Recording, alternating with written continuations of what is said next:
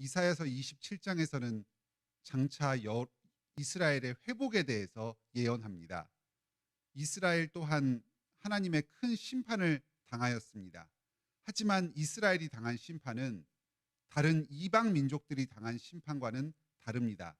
이방 민족들은 파괴와 멸망이 있을 뿐입니다. 하지만 이스라엘에 임한 심판은 파괴와 멸망을 통해서 회복을 시키십니다.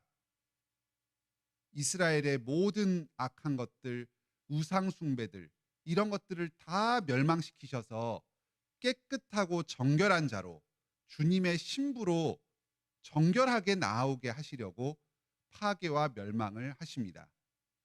결국 이스라엘은 회복될 것입니다. 그 죄가 용서받을 것입니다.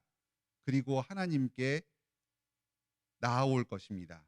아름다운 포도원이 될 것입니다. 그곳에서 풍성한 열매를 맺으며 하나님의 사랑을 받으며 살아가게 될 것입니다. 이 예언은 일찍이는 아수르와 바벨론 제국의 멸망을 통해서 이스라엘의 회복이 이루어짐으로써 성취됩니다. 그리고 궁극적으로는 예수 그리스도께서 다시 오셔서 이 땅의 모든 슬픔과 죄악들을 다 멸하심으로 완성될 것입니다. 이 이사야 27장에 이스라엘의 회복은 포로의 기환에서 시작되지만 예수 그리스도를 예언하는 그런 예언의 말씀입니다.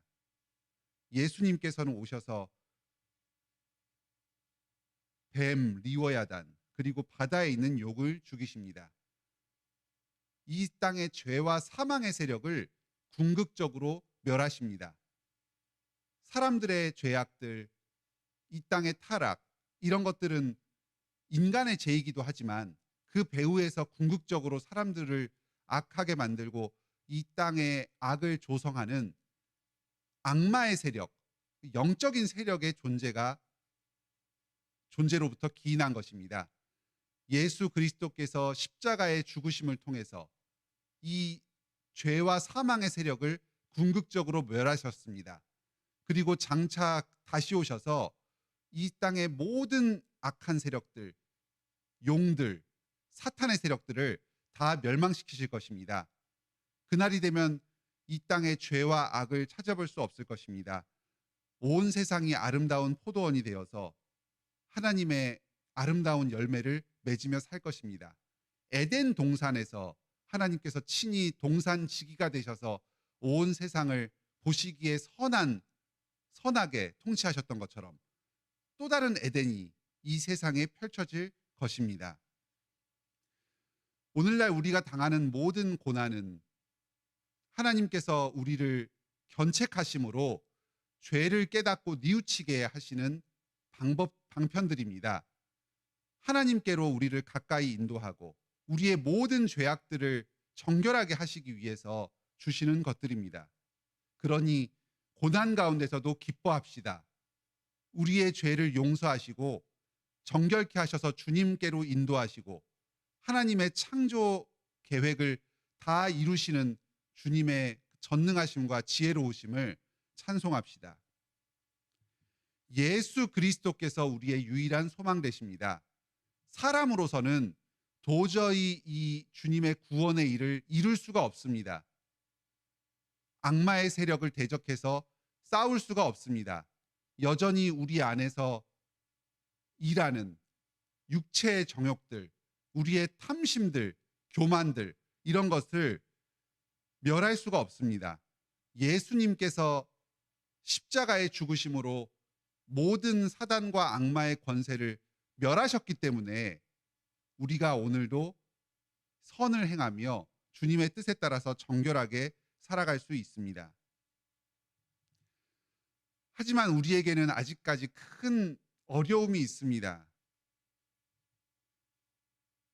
여기 4절에 찔레와 가시가 나를 대적하여 싸운다 할 때에 하나님께서 그 찔레와 가시를 불사릅니다. 우리가 여전히 하나님을 대적하는 성향이 있습니다. 7절에 주님께서 백성을 친 자들을 가혹하게 치시고 멸망시키십니다. 백성을 죽인 자가 영원한 죽음을 당합니다. 우리는 하나님의 언약 백성이고 예수 그리스도를 믿는 자이지만 여전히 하나님을 대적하고 또 우리의 이웃을 죽이는 악한 성향을 가지고 있는 자들입니다. 하나님의 사랑을 받기에 자격이 없습니다.